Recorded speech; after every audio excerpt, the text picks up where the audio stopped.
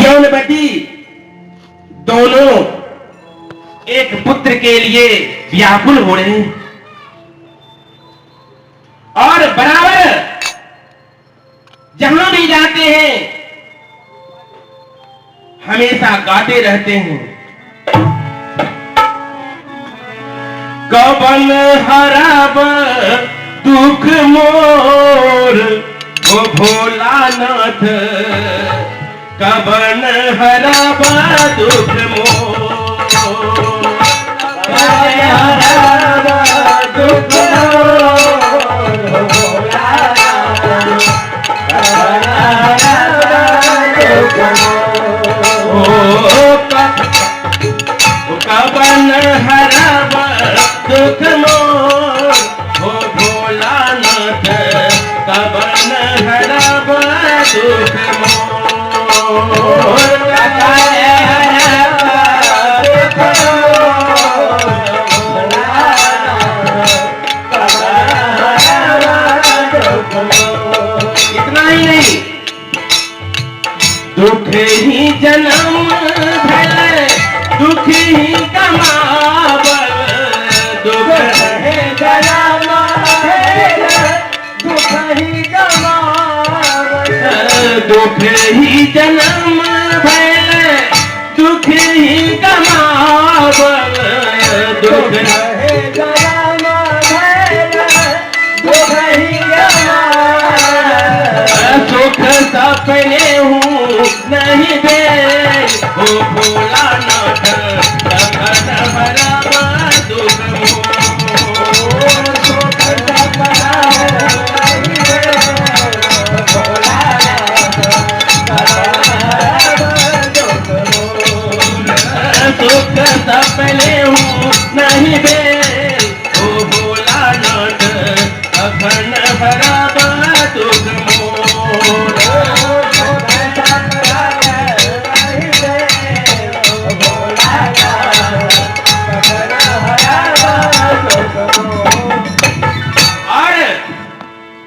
सांत्वन और ज्ञानवती दोनों व्याकुल रहते हैं, किसी तरह से एक पुत्र मिल जाए, और जब बार बार कहा है कि आप जब बार बार याद करेंगे तो आप या हमें अवश्य दर्शन देंगे। कहा है राम राम रटते रहो जब तक घट में प्राण, कभी तो दीन दयाल के भनक पड़ेंगे कौन। कहा है राम राम रटते रहो। हम लोग एक के दो बार में कहते हो कि भगवान में सुनबो नहीं करे, जब भगवान को भगवान में कह देते हैं ऐसे न मेरी मां कहती है, व्याकुल जब हो जाती है, कुछ पाने की लालसा रखती है तो बहुत दूर तक कह देती है भगवान मां अगर नीचा बैठिए तो अगर टिक्की बांगोरा दे देती है। अब देखिए हम लोग एक पुत्र को प्राप्त करने के लिए कितना व्याकुल रहते हैं, और मैया आज जहां जाती है कवन हराब दुख मोर हो भोलानाथ, कवन हराब दुख मोर। हमेशा कहती है कब दुख हारेंगे। हमारे सांत्वन और ज्ञानवती व्यस्त हैं, हमेशा घर के काम काज के बाद भगवान को ही पुकारते रहते हैं। राम नाम रटते रहो जब तक घट में प्राण, कभी तो दीन दयाल के भनक पड़ेंगे कौन। और यही सार्थक हो तुलसीदास जी महाराज के यह दोहा आज सार्थक हो गया है। इधर कबन हरब दुख मोर कहते हैं, उधर से नारद जी आते हैं। उधर से नारद जी बीना के तार पर श्रीमन नारायण नारायण हरि हरि नारायण नारायण हरि हरि नारायण नारायण हरि हरि नारायण नारायण हरि हरि नारायण नारायण हरि हरि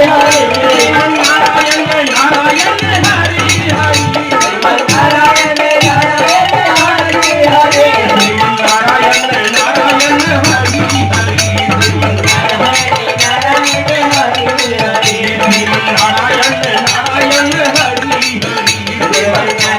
नारायण इधर दोनों दंपत्ति अर्थात सांत्वन और मैया ज्ञानवती दोनों कवन हरब दुख मोर गाते। उधर श्रीमन नारायण नारायण हरि हरि कहते हुए नारद जी का प्रवेश होता। नारद जी जो देखते हैं कि आज मुनि की अंतिम अभिलाषा परिलक्षित हो रहा, अंतिम अभिलाषा पुत्र को प्राप्त करना, वो गा रहे कवन हरब, ऐसा जो गा रहे, झूमते हुए गा रहे, रोते हुए गा रहे। इधर से नारद जी कहते हैं बेटा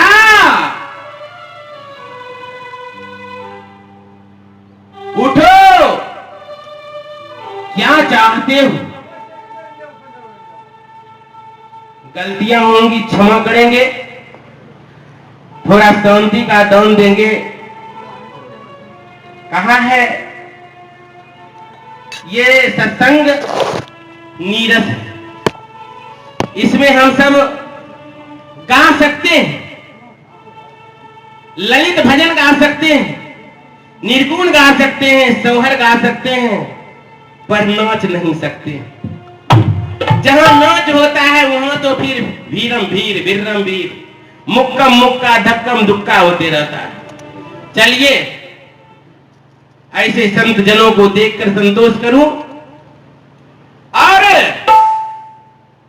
इधर नारद जी कहते हैं मुनिवर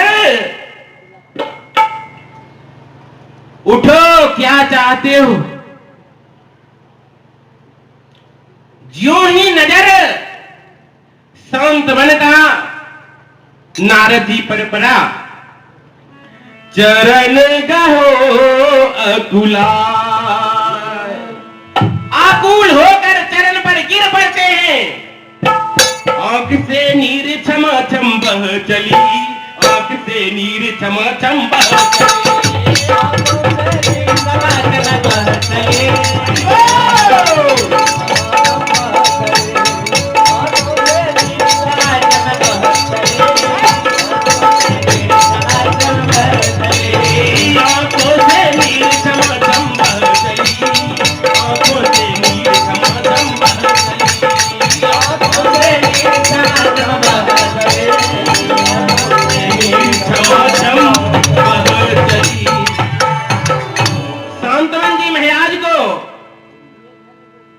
मैया ज्ञानवती के आंखों से अश्रुधारा बहने लगे। नारद जी के चरण पर गिर जाते हैं। नारद जी कहते हैं आयुष्मान भव। नारद जी कहते हैं आयुष्मान भव, सौभाग्यवती भव, अंतिम आशीर्वाद देते हैं, पुत्रवती भव। जो नारद जी कहते हैं पुत्रवती भव, फिर तो आंखें खिल जाती हैं मुनिवर के कानों में। बाद में पहले तो मैया ज्ञानवती ही सुनती हैं पुत्रवती भव। जो ही सुनती है पुत्रवती भव, नाचने लगती है। जिसके लिए था इंतजार वही प्रभु जी आए हैं द्वार। हरि भजन अब कर लेना है।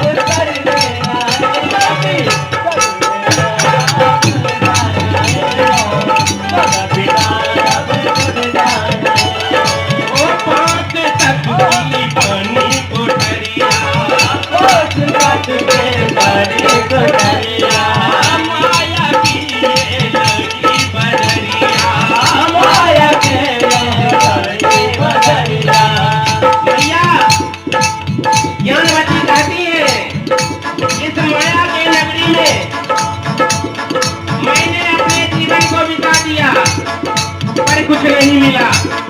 यह 5 तत्व का शरीर जो अब जाने वाला है। कहती है क्षिति जल पावक गगन समीरा, पंच रचित यह अधम शरीरा। तुलसीदास जी महाराज रामचरित मानस में कहते हैं क्षिति जल पावक गगन समीरा, यानी धरती, मिट्टी, वायु, आग, आकाश और अग्नि तत्व से हमारा शरीर बना है। अब इसमें मिलने जा रहा है और उस स्थिति में हमारे तरफ भगवान का पदार्पण हुआ। इसीलिए कहती है माया की लगी बजरिया, माया के बजरिया, की बनी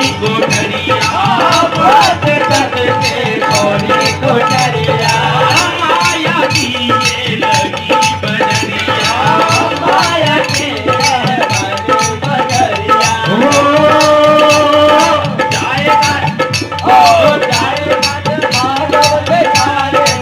जाएगा हिसाब बंदे तब क्या बताएगा।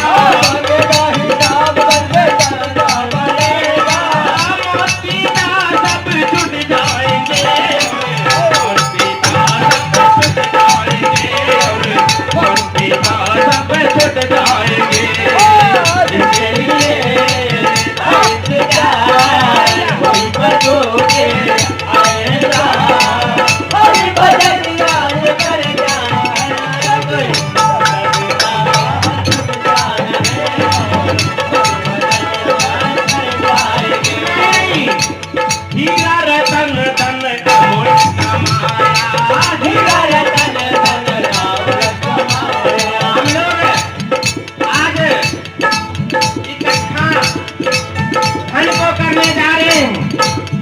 धन संचय संतों ने कहा है धन की 3 गति होती है बंधुओं। धन की 3 गति होती है, दान, भोग और नोट। हम लोग अपने जीवन में धन को इकट्ठा करते हैं, माया लगता बंधुओं दान करना चाहिए। कहाँ है? आपको यदि ज्यादा धन हुआ उसमें कुछ दान कीजिए, अगर उसमें भी कुछ लग रहा है कमाने में बड़ा कष्ट हुआ है तो भोग कीजिए, खाइए, अच्छा खाइए। अच्छा नहीं ऐसा कि शराब पीना शुरू कर दीजिए, गलत काम करना शुरू कर दीजिए, ऐसा नहीं होना चाहिए। भोग कीजिए, नहीं तो पछताना पड़ेगा। कहाँ है?